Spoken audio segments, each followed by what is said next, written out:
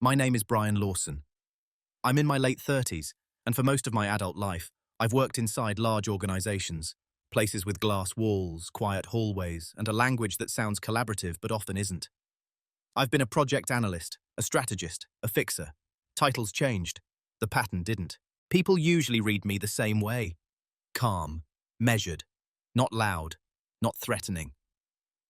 The kind of person who listens more than he speaks, who takes notes while others take credit.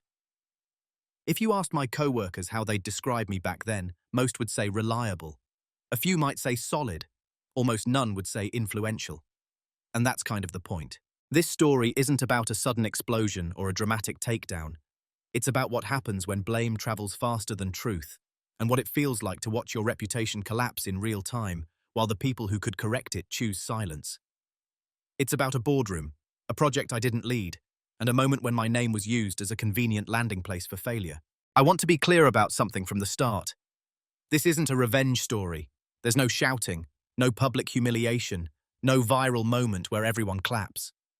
What happened unfolded slowly, quietly, and mostly out of sight. And when it ended, it didn't feel like victory. It felt like clarity. Over the next parts, I'll walk you through how I became invisible in plain sight, how small dismissals normalized something far more dangerous, and how silence, first forced on me, then chosen by me, became the most misunderstood part of this entire story. You'll hear about the day something shifted internally, long before anything changed on the surface. About preparation that looked like passivity, about leverage discovered without celebration, and about the consequences that arrived without announcement. There are no villains twirling moustaches here. Just people protecting themselves, systems rewarding convenience, and one moment where accountability needed a name, and mine was available. I'll tell you what it felt like to sit there, to not interrupt, to not defend myself, and to let the record stay wrong longer than anyone thought was wise. I'm telling this now not to rewrite history, but to tell it honestly. Because many of you have probably been in rooms like that, maybe not a boardroom, maybe not with that title, but a moment where you realized how quickly narratives form, and how rarely they're corrected unless it's convenient. So before we go any further, I want to ask you something, genuinely.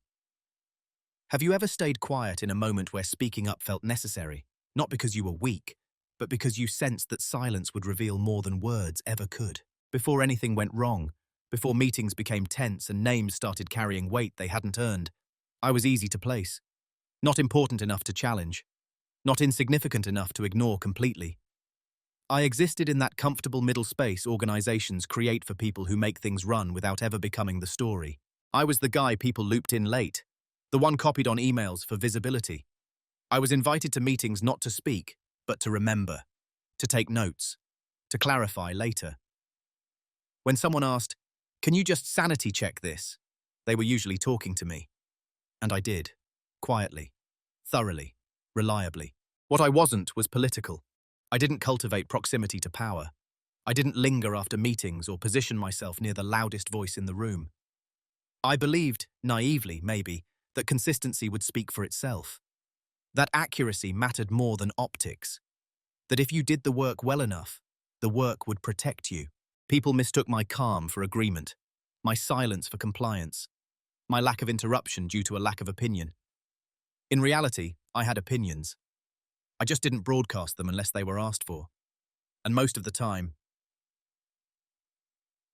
they weren't. In performance reviews, I was described with words like dependable, steady, and low friction. No one ever said indispensable. No one said leader either. I didn't push back on that. I thought it was fine. Safer, even. When projects succeeded, the spotlight went elsewhere. When they stalled, I was asked to help unblock things.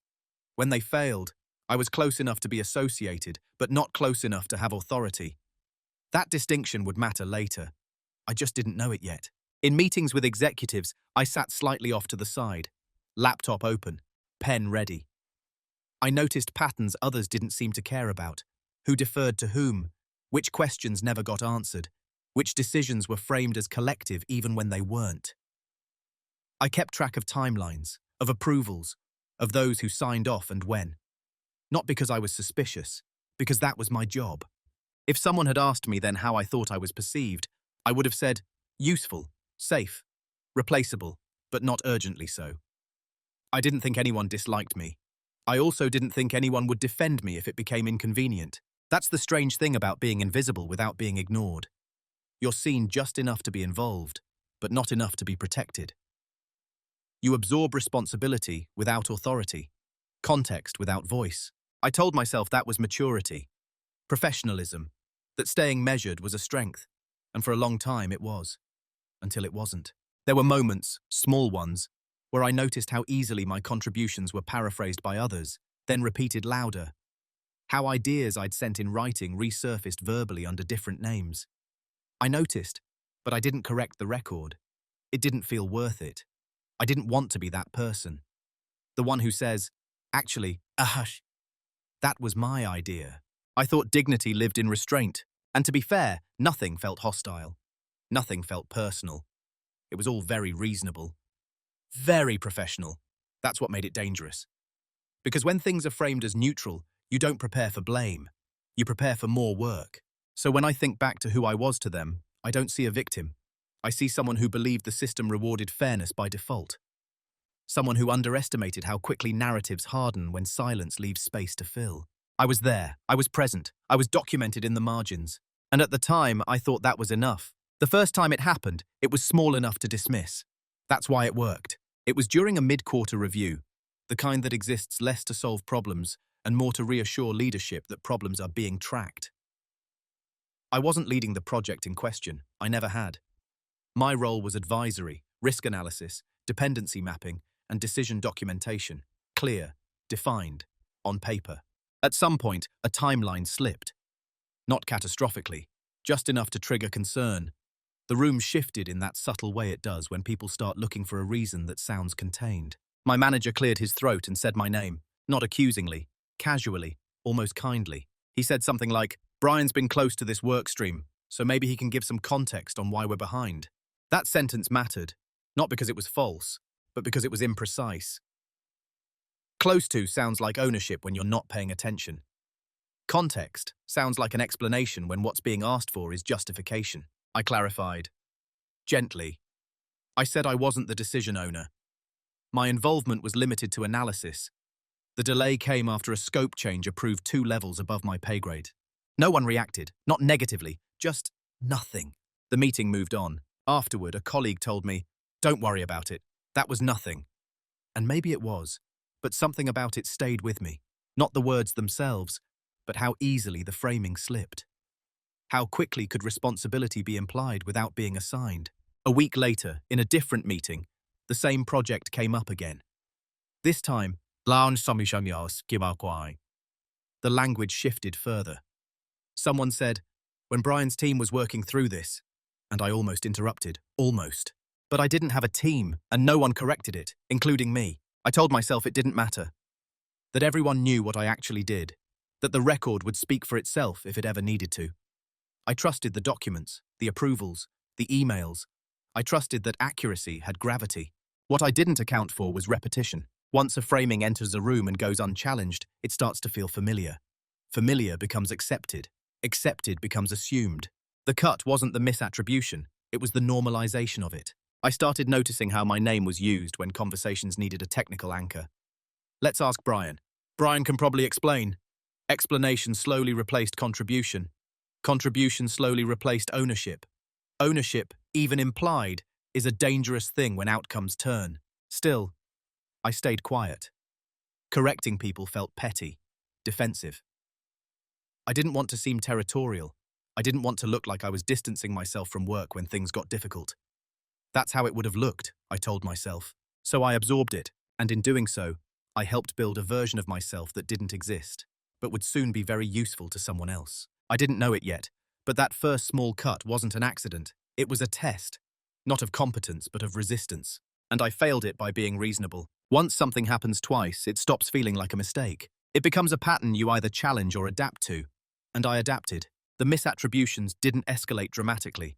They softened, spread out, became part of the background noise. My name appeared in summaries where it didn't belong. My role was described more broadly than it actually was. And every time, it was just close enough to plausible that correcting it felt unnecessary. So I didn't. I told myself I was choosing professionalism over ego. That clarity would emerge when it mattered, that I didn't need to guard every sentence like a contract. I was wrong about one thing in particular. I assumed intent mattered more than outcome. Meetings started to blur together. In each one, I played the same part, listening, clarifying when asked, sending follow-ups afterward. I became the person who had the details, which sounds flattering, until you realize it also makes you the default explanation for things that go wrong. I noticed how others spoke about risk versus decision. They used "we" when discussing approvals and specific names when discussing execution. And somehow, I kept landing in the second category. At one point, a director referenced Brian's approach when discussing a strategy I had explicitly cautioned against. I had the email. I had the timestamp. I had recommended the opposite. But correcting that in front of everyone would have required a shift in tone I wasn't ready to make. So I stayed quiet. That silence did something subtle. It validated the rewrite. I started rationalizing it in ways that now sound painfully familiar. This isn't the hill to die on. Everyone knows how these things work. Speaking up would only make things awkward. And it's true. Nothing bad happened immediately. In fact, my reputation stayed intact on the surface. I was still seen as capable, trustworthy, calm under pressure. But underneath that was a slow erosion of authorship, of agency. The disrespect wasn't loud. That's why it was effective. It didn't provoke. It didn't insult. It is simply assumed. And assumptions, left unchallenged, become memory. I began to sense that I was being placed into a role without being asked. The reliable absorber, the technical conscience, the person whose presence allowed others to move fast without worrying about consequences. And when consequences did appear, there I was, adjacent enough to be referenced. Still, I didn't push back. Part of me believed that staying agreeable kept me safe, that visibility only invited scrutiny, that if I just kept my head down, the truth would eventually settle where it belonged. What I didn't see was that by normalizing small distortions, I was teaching people what I would tolerate, and what you tolerate becomes your boundary. By the time I realized that, the story others told about my role had already moved a few steps away from reality. Not enough to trigger an alarm, just enough to be useful, and I was the only one who noticed. It wasn't announced. No one sat me down and explained it, but at some point, I understood the role I had been assigned, quietly, collectively, without my consent. I was the constant, not the leader, not the decision-maker, the constant presence that made everything feel stable. I was looped into initiatives early, not to shape direction, but to ensure continuity. I carried context across teams. I remembered why certain paths were chosen. I filled gaps when others moved on to louder, more visible work. From the outside, it looked like trust. From the inside, it felt like containment.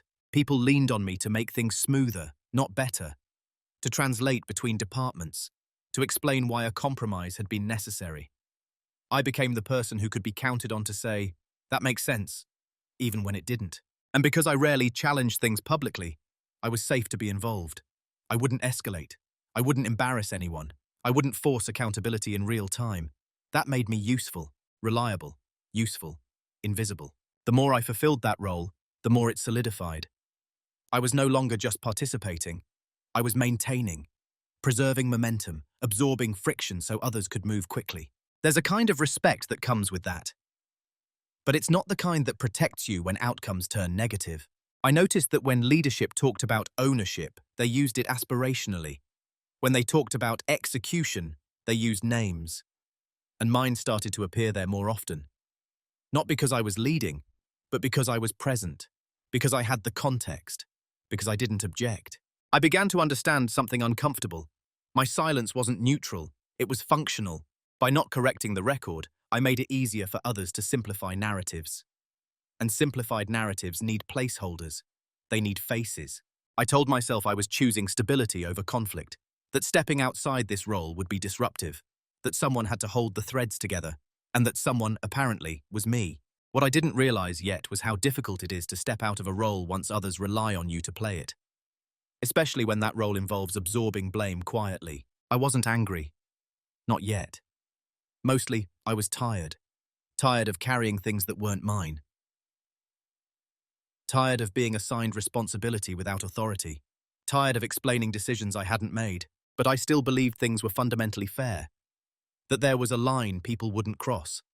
that no one would outright assign fault where it clearly didn't belong. I hadn't seen the meeting yet, the one where that assumption would collapse. The shift didn't happen in a dramatic moment. There was no confrontation, no raised voices, no instant clarity. It happened quietly, almost invisibly, in the space between what was said and what was allowed to stand. It was late afternoon, one of those meetings that felt heavier than it needed to be. Senior leadership, a few directors, my manager and I. The agenda looked routine, a review, a recalibration, words that suggest adjustment, not reckoning. Then a question came up about a decision made months earlier. A decision I had advised against. A decision that had been documented, approved, and moved forward anyway. My manager spoke first. He framed the decision as a collective call, then pivoted. He said something like, "At the execution level, Brian was closest to this, so responsibility sat there." The room didn't react. No one challenged it. No one asked for clarification. And in that silence, something in me changed. Not anger, not panic. Just a sudden, sharp awareness. I understood in that moment that the system I trusted would not self-correct. That accuracy did not have gravity unless someone applied force to it. And that I had been mistaken for thinking fairness was passive. I could have spoken. I could have corrected the timeline. I could have pointed to the documentation. I could have said calmly that I was not the owner. The decision had been escalated and approved above me. I didn't, not because I froze, but because I saw clearly what would happen if I did. It wouldn't fix anything. It would shift discomfort onto me. It would make me look defensive. It would introduce tension into a room that valued smoothness over truth. And most importantly, it would signal that I was still playing the same role. Explaining, absorbing, making it easier for everyone else to move on. So I stayed quiet. But this time the silence was different. It wasn't a resignation, it was an observation. I watched how easily the narrative settled, how quickly the room accepted a version of events that simplified responsibility. I watched who avoided eye contact, who nodded, who stayed neutral. I noticed who could have intervened and didn't. And I understood something else too. Silence wasn't just something imposed on me anymore. It was a choice. That realization didn't make me feel powerful. It made me feel awake. I left that meeting knowing one thing for certain. I would never again assume that truth alone was enough. From that moment on, if I stayed quiet, it would be intentional, strategic, temporary. The shift wasn't visible to anyone else, but it was irreversible for me. After that meeting, nothing changed on the surface. I showed up the same way. Same tone, same posture, same measured responses. If anything, I became quieter. E.g. action. And people misread that immediately. They assumed I had accepted the framing, that I had internalized the blame, that I was retreating. A few colleagues checked in with polite concern. "You doing okay?" That was a tough discussion. I thanked them and moved on. What they didn't see was that my silence had shifted from habit to strategy. I stopped volunteering in clarification unless it was requested in writing. I stopped correcting language in real time. I started documenting more carefully, not defensively, but deliberately. I tracked how decisions were described versus how they were made, who used collective language when it helped them, who used specific names when it didn't. I didn't confront anyone. I didn't escalate. I didn't hint that I was preparing anything. That would have been counterproductive. Instead, I paid attention. Silence has a strange effect on people who are used to you filling gaps. Meetings felt slightly less smooth. Questions hung longer. Follow-ups took more effort. I noticed small signs of discomfort, but nothing anyone could point to. They mistook my restraint for compliance, and that misinterpretation gave me space. I began to understand how much of my value had been in cushioning others from consequence. By stepping back just enough, I let systems reveal themselves. I let inconsistencies surface. I let ownership become visible by its absence. There was no satisfaction in this, no sense of superiority, just clarity. I realized that if I spoke too soon, I'd be pulled back into the same role. The fixer, the explainer, the stabilizer, and nothing would change. So I waited, not passively, intentionally. While everything looked the same from the outside, something else was happening underneath. Quietly, methodically, and completely unnoticed. I had always kept records. That was part of my job. But now, I have begun organizing them differently. Not just chronologically, but narratively. I traced how decisions evolved from discussion to approval to execution. I mapped language changes, how we considered became Brian handled, how caution became alignment, I wasn't building a case. I was building understanding. I revisited old emails, meeting notes, slide decks, approval threads. I didn't cherry-pick. I looked at everything. I wanted to see the system as it actually functioned, not as it claimed to. What emerged was unsettling, but not surprising. Responsibility flowed downward. Credit flowed upward. And in between, people like me acted as buffers. We absorbed complexity so others could present simplicity. I also noticed something else. The people who stayed silent in that meeting weren't malicious. They were careful. Correcting the narrative would have required effort, risk, alignment against someone higher up. Silence was the easier option. Understanding that changed how I felt. It wasn't personal, it was structural, and that meant it was predictable. I began preparing, not for confrontation, but for independence. I documented my actual role clearly. I clarified boundaries in writing. I stopped accepting vague ownership. I asked neutral questions that forced specificity. Who was accountable? Who was approving? Who was deciding? Each question seemed harmless. But together, they shifted the paper trail. No one noticed because nothing felt urgent. I wasn't challenging authority. I wasn't accusing anyone. I was just precise. And precision is disruptive in systems built on ambiguity. I also started exploring options outside the organization. Not impulsively, quietly. Conversations, possibilities. Not because I wanted to leave immediately, but because I wanted leverage that didn't depend on internal validation. What they never noticed was that I had stopped trying to be understood by the room. I was preparing to be understood by the record, and that record, once complete, would speak far more clearly than I ever could in a meeting. The realization didn't arrive as a rush. There was no moment of triumph, no surge of adrenaline, just a quiet, settling clarity. I saw it one evening while reviewing a sequence of approvals. 3 decisions, same project, same risk, 3 different narratives, depending on who was speaking. Individually, each made sense. Collectively, they contradicted each other, and in the center of that contradiction was me. Not as the decision-maker, but as the narrative anchor. The name that allowed responsibility to feel assigned without being accurate. That was the reveal. I hadn't been blamed because I failed. I had been blamed because I was available, documented, and non-confrontational. I made the story coherent without making it true. Understanding that changed everything, not emotionally, strategically. I didn't feel anger. I felt relief. Because if the problem was structural, it wasn't a reflection of my worth or competence. It was a function of positioning, and positioning can be changed. I also realized something else. The documentation wasn't just defensive, it was leverage. Not in a threatening way, in a clarifying one. It showed patterns, it showed escalation paths, it showed that accountability had been rerouted after the fact. I didn't show this to anyone. Not yet. I didn't hint at it. I didn't even talk about it. I just knew. And once you know, you don't rush, you choose. The choice wasn't about exposing anyone. It was about deciding what kind of ending this story would have. Loud or quiet, immediate or inevitable. I chose inevitable. Once the picture was clear, I reached a point I couldn't avoid. I had options. Real ones. And each came with consequences. I could confront my manager directly, lay out the documentation, correct the narrative. That would create tension, but it might restore accuracy, temporarily. It would also mark me as difficult, someone who kept receipts, someone who disrupted smooth stories. I could escalate. Bring the record to leadership, force a correction. That would likely work on paper, but it would fracture trust.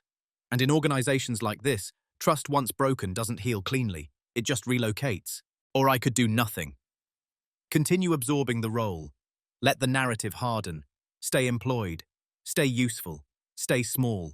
That option scared me the most, because I knew where it led. So I chose a 4th option, the one that didn't require permission. I decided to remove myself from the narrative entirely, not abruptly, not emotionally, but decisively. That meant preparing for a future where my credibility didn't depend on people who benefited from my silence. It meant building an exit that didn't look like a protest, but like progression. I didn't announce this decision. I didn't share it. I just committed to it privately. Once that choice was made, everything else became simpler, not easier, but clearer. What people often misunderstand about silence is that they assume it means waiting. What I was doing wasn't waiting. It was repositioning. From the outside, my days looked identical. Same calendar density, same neutral tone in meetings, same habit of following up with summaries and action items. If anyone had been asked whether I seemed disengaged, they would have said no. If anything, I appeared steadier than before. That steadiness was deliberate. I knew that any visible shift, less responsiveness, sharper boundaries, emotional distance, would be interpreted as a reaction. And reaction invites scrutiny. Scrutiny invites questions. Questions pull you back into narratives you're trying to exit. So I stayed boring. But beneath that surface, everything changed. The first thing I stopped doing was absorbing ambiguity. Whenever someone said, "Can you just take this and run with it?" I replied with something precise and unthreatening. "Happy to help. Can you clarify whether this is advisory or execution ownership?" That one sentence did more than any confrontation ever could. Sometimes the response came quickly. Sometimes it didn't come at all. And when it didn't, I didn't chase it. I let the silence sit where it belonged. I also stopped translating for people. Before, I had made a habit of smoothing communication between teams, rewriting unclear asks, reframing vague direction into actionable steps, interpreting half decisions as full ones so work could move forward. It made me valuable. It also made me invisible. Now, when instructions were unclear, I reflected them back as is, calmly, respectfully, without adding interpretation. "What I'm hearing is X. Let me know if that's accurate before I proceed." This had a subtle effect. Meetings got longer, follow-ups multiplied, decisions took effort. None of that was my fault, but I had been preventing it for years. By stepping back just enough, I let people feel the friction I had been absorbing. At the same time, I became meticulous about boundaries. Not defensive, documented. If I were advisory, I would write advisory. If I were consulted, I would write consulted. If I weren't the owner, I wouldn't let language suggest otherwise. No accusations. No tone, just clarity. It's remarkable how destabilizing clarity can be in environments built on the flexibility of blame. I also began to disengage emotionally in a very specific way. Not by caring less, but by caring differently. Before, I cared about outcomes, about making sure things worked, even if I had no authority to influence key decisions. Now, I care about alignment between responsibility and control. If those didn't match, I didn't overextend. This wasn't negligence. It was discipline. I still did my job well, but I stopped compensating for structural flaws with personal effort. Parallel to all of this, I was building something entirely separate, quietly, patiently. Without anyone at work knowing, I reached out to former colleagues, industry contacts, people who had seen my work outside this environment. I didn't lead with frustration. I didn't tell stories. I asked questions. I listened. I explored. Conversations turned into opportunities, not because I pushed, but because I finally allowed my experience to be framed accurately. Outside the organization, I wasn't the quiet phi. I was the strategist who understood systems end to end. The person who could see failure coming early. The one who knew how decisions actually traveled. It was strange, almost disorienting, to be seen clearly elsewhere while being misseen where I currently stood. That contrast removed my doubt. I took my time evaluating options. I wasn't looking for escape. I was looking for alignment. Somewhere, my restraint would be read as judgment, not weakness. Somewhere, documentation was respected, not exploited. Somewhere, silence was chosen, not assigned. When an offer finally came together, it felt calm. Not euphoric, not triumphant, just right. I didn't negotiate aggressively. I didn't posture. I didn't need to. I knew what I was bringing, and I knew what I was leaving behind. Still, I didn't rush my departure. I waited until the internal conditions were stable enough that my absence would matter, but not so chaotic that it would look retaliatory.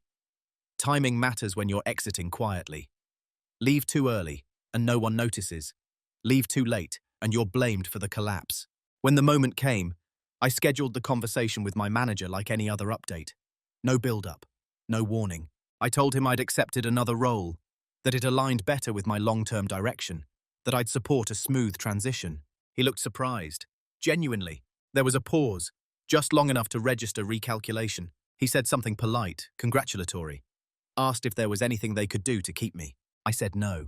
Not because there wasn't, but because I knew the cost of staying. I didn't mention the board meeting. I didn't mention the narrative. I didn't mention the documentation. I didn't need to. I gave notice. I documented handoffs. I wrapped things cleanly. No loose ends, no scorched earth. And still, no one panicked. At first, colleagues expressed mild concern. Big loss. You'll be missed. But nothing urgent, nothing revealing. They assumed someone else would absorb what I did, because that's what had always happened. What they didn't understand yet was that I hadn't just been doing tasks, I had been maintaining coherence. I had been carrying institutional memory that wasn't written anywhere officially. I had been smoothing over contradictions that would soon be visible. And now, quietly, I was stepping away from all of it. No announcement, no confrontation, no final correction of the record. Just absence. And absence, unlike argument, cannot be debated away. The first consequences didn't look like consequences at all. They looked like an inconvenience. A meeting got rescheduled because the agenda wasn't clear. A deck went out with 3 versions of the same assumption. An approval was stalled because no one could remember why a certain constraint existed in the first place. Small things. Manageable things. At first, people assumed this was just transition noise. The normal friction that follows any departure. Someone would get up to speed. Someone would own the context. Someone always did. Except this time, no one quite could, because what I had been carrying wasn't a task list. It was continuity. I remembered which compromises were temporary and which were permanent, which risks had been accepted knowingly, and which had just been deferred. I knew which decisions had been political and which had been technical, and why they'd been framed differently afterward. That knowledge wasn't dramatic. It was invisible until it was gone. A week after I left, someone reached out with a question. Casual, friendly. "Hey, quick check. Do you remember why we decided to go with option B instead of A?" I answered politely, briefly, with what I could recall. But I didn't reconstruct the entire backstory the way I used to. I didn't translate. I didn't contextualize beyond the facts. More messages followed, from different people, different teams, all circling the same issue. The record existed, but the reasoning didn't feel complete anymore. That's when discomfort started to surface. Meetings became longer, not because people talked more, but because they hesitated. They relitigated decisions that had already been made. They debated risks I had already mapped. They rediscovered constraints that had been quietly managed for months. And slowly, something else happened. The narrative lost cohesion. Without me present to answer questions, the simplified story that I had been close to execution stopped being useful. Because execution without context leads nowhere. People needed to know who had decided, when, and why. And suddenly, those answers weren't easy to produce. I heard about this secondhand at first. A former colleague mentioned that leadership was revisiting assumptions. Another said there was confusion about ownership on a work stream I'd been adjacent to. No one mentioned my name explicitly. They didn't have to. The consequences weren't punitive. They were structural. Accountability started drifting upward again, not by intention, but by necessity. When no one could confidently explain a decision, leaders had to engage. When risks weren't pre-digested, directors had to slow down. When language got fuzzy, someone had to clarify it in real time. The buffer was gone. That absence revealed how much pressure I'd been quietly managed, and it revealed something else too. How exposed certain people were without a neutral party absorbing ambiguity for them. Them. There was a moment, relayed to me later, where a leader asked, "Who actually signed off on this?" And no one answered immediately. That pause mattered. Because pauses create space, and space invites scrutiny. Suddenly, old emails were being pulled, old approvals revisited, not to assign blame, but to regain control. And in doing so, the narrative began to shift, not dramatically, not publicly, but unmistakably. What had once been framed as execution gaps now looked like decision gaps. What had been attributed to follow-through now looked like governance. And I wasn't there to soften that realization. I didn't intervene. I didn't correct anyone. I didn't send clarifying notes. I let the system experience itself without my mediation. Some people grew anxious, others defensive. A few grew quieter than usual. No one accused me of anything. Not because they felt guilty, but because my absence made the accusation impractical. You can't assign blame to someone who isn't present to carry it. Instead, responsibility began to redistribute itself naturally, unevenly, uncomfortably, but honestly. I heard later that someone asked why I'd never pushed back more. Why hadn't I corrected the record earlier? Why did I stay so composed? The answer was simple, though I never gave it. Because correcting the record while you're inside the system just creates friction. Letting the system confront itself creates consequences. And those consequences had only just begun. By the time people realized something was wrong, they no longer agreed on what was wrong. That was the point of no return. At first, leadership framed the growing confusion as a coordination issue. then as a communication breakdown, then as a resourcing gap. Each explanation sounded reasonable in isolation. Together, they conflicted. CTED. Meetings multiplied. Syncs were added to calendars that were already full. People came prepared with slides, but the slides didn't agree with each other. Timelines overlapped in ways that didn't make sense. Dependencies were referenced, but no one could say who had approved them or why. What had once been a clean, simplified story had fractured into fragments. That's when urgency entered the room. Not panic yet, but tension. The kind that shows up as clipped questions and forced optimism. Leaders began asking for alignment more frequently. Directors used phrases like reset expectations and clarify accountability. Those words are always a sign that something fundamental has slipped. I heard about this through quiet channels. Former colleagues, friendly check-ins that carried more weight than their words suggested. They asked how I was settling in, whether I missed the team, whether I might be open to consulting just temporarily to help bridge gaps. I declined politely, not out of spite, but because stepping back in would have restored the old equilibrium. I would have become the translator again. The absorber, the person who made contradictions manageable. And the system didn't need management anymore. It needed exposure. Inside the organization, something else was happening. The narrative that had once protected people by simplifying responsibility was now working against them. Because when outcomes worsened, there was no longer a single convenient place to point. The question shifted from who handled this to who decided this. That shift changes everything. People who had stayed silent before began speaking, but cautiously. Not to accuse, but to clarify. And clarification, when delayed, feels like an accusation anyway. Old approval chains were revisited, not aggressively, carefully. Emails were reread, language passed. The same documentation I had once trusted implicitly was now being scrutinized by people who had previously skimmed it. And in that scrutiny, something uncomfortable emerged. The story they had relied on, that I had been responsible at the execution level, no longer aligned with the evidence. The timelines didn't match. The approvals didn't originate where they were assumed to. The cautions I had raised, once ignored, were now visible. No one announced this realization. It didn't need to be announced. You can feel it when a room stops pretending. That's when the tone changed. Meetings became defensive. People started preemptively clarifying their roles. Just to be clear, this wasn't my call. For context, this was already in motion when I joined. We were following directions. Language hardened around self-protection. And still, no one reached out to correct the record publicly, because by then it was too late. Correcting it would have required admitting that the narrative had been wrong from the beginning. That blame had been misplaced. That silence had been convenient. And convenience, once exposed, turns into liability. I was told that my manager became unusually quiet in meetings, that he asked fewer questions, that he deferred more often. Not because he had lost confidence, but because he had lost certainty. Certainty depends on clean stories, and the story was no longer clean. At one point, leadership asked for a retrospective. Not the performative kind, but a real one. A timeline, a decision log, a risk review. They wanted to understand how things had unfolded so differently from expectations.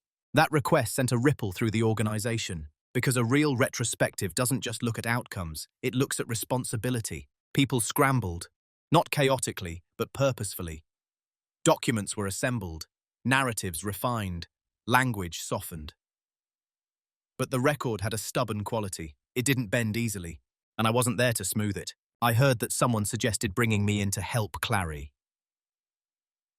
The idea was discussed seriously. Loosely. It was rejected. Not because they didn't need clarity, but because my presence would have made the imbalance undeniable. It would have forced a comparison between how things had been described and how they had actually occurred. That kind of clarity, once someone has already been blamed, is dangerous. So instead, they tried to fix it internally. They reassigned ownership. They restructured teams. They introduced new checkpoints. They talked about lessons learned. But none of that addressed the underlying issue, because the problem wasn't the process, it was narrative. And the CMAC, narratives don't reset cleanly once they've collapsed. People began to sense that something had gone wrong long before I left, that my departure hadn't caused the failure. It had revealed it. That I hadn't been the source of instability, but the thing that had been holding instability together. That realization produced something close to panic. Not loud panic, quiet panic. The kind where people double-check their words. where emails get longer, where meetings end without decisions, where everyone is careful, but no one is confident. Too many hands on the wheel. No one was certain which direction was safe. That's when regret surfaced. Not moral regret, practical regret. I was told that someone said, we should have listened more when Brian flagged those risks. Another responded, he never pushed back that hard. Both statements were true, and both missed the point. I hadn't pushed because pushing would have been absorbed, reframed, neutralized. I hadn't escalated because escalation would have turned me into the problem. The system had taught me that, and now the system was confronting the cost of that lesson. By the time anyone considered reaching out directly, not for help, but for explanation, it was clear that whatever could have been fixed earlier could no longer be reversed. Trust had shifted, roles had changed, perceptions had realigned. You can correct a mistake early. You can even recover from misjudgment. But once a narrative collapses under its own weight, all you can do is adapt to the damage. And adaptation always reveals who was insulated and who was exposed. I didn't feel satisfaction hearing any of this. Mostly, I felt distance. Not emotional distance, temporal distance.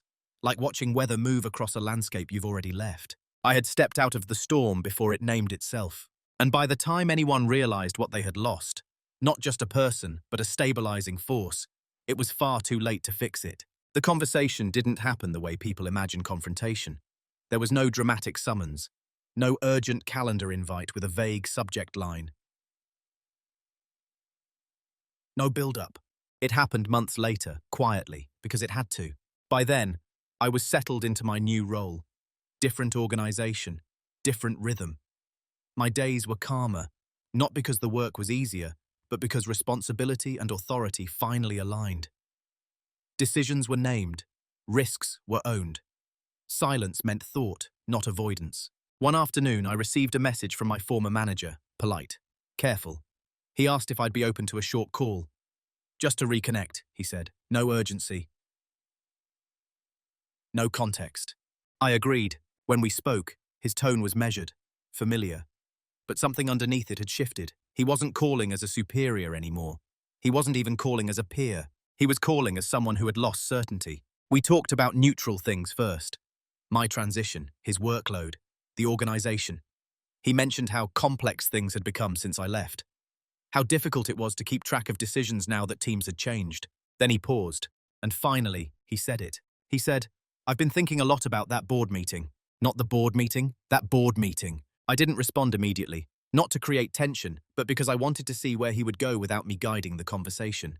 He continued. He said he wondered whether things had been framed fairly, whether responsibility had been communicated clearly, whether he had been too quick to let certain assumptions stand. He didn't apologize.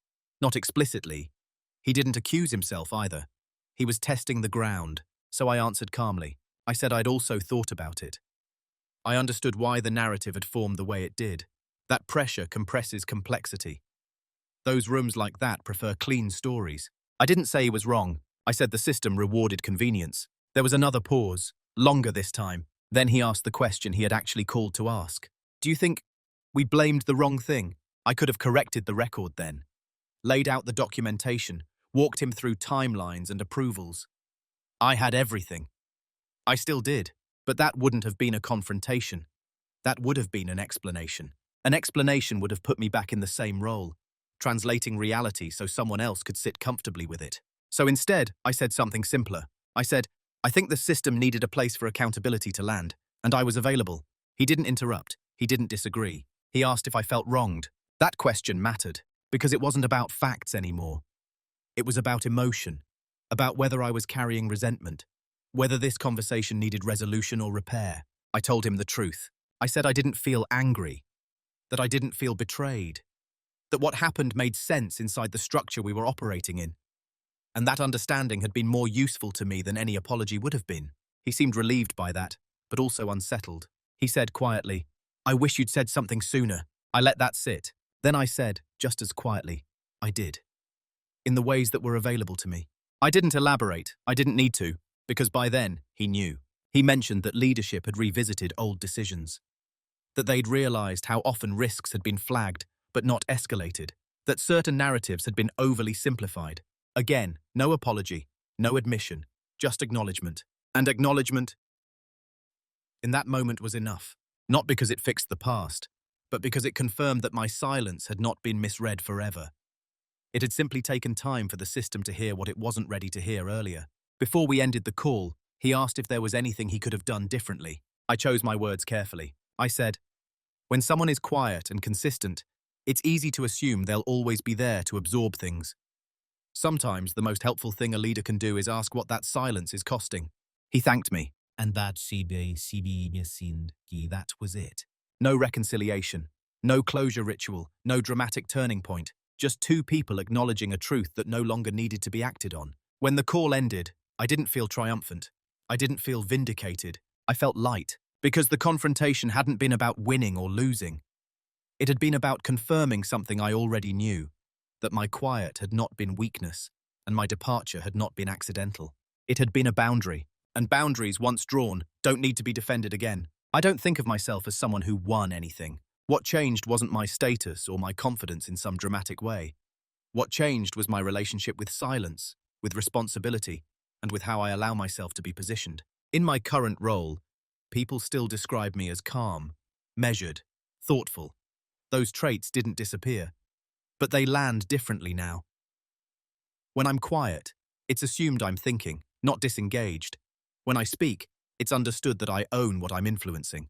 That alignment matters more than I ever realized. I no longer confuse being agreeable with being professional.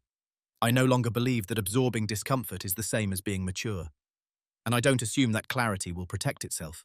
What I learned, slowly, uncomfortably, is that systems don't reward truth by default. They reward what keeps them moving. And if you are the person who makes movement easier, you also become the person they lean on when things break. Now, I choose where I apply that effort. I'm more explicit about boundaries, not rigid, but ask early who makes decisions and how risk is being handled, Deled. Not because I distrust people, but because ambiguity has a cost, and someone always pays it. I also don't rush to fill the silence anymore. Silence can be an invitation. It can reveal who feels responsible, who feels exposed, and who expects someone else to step in.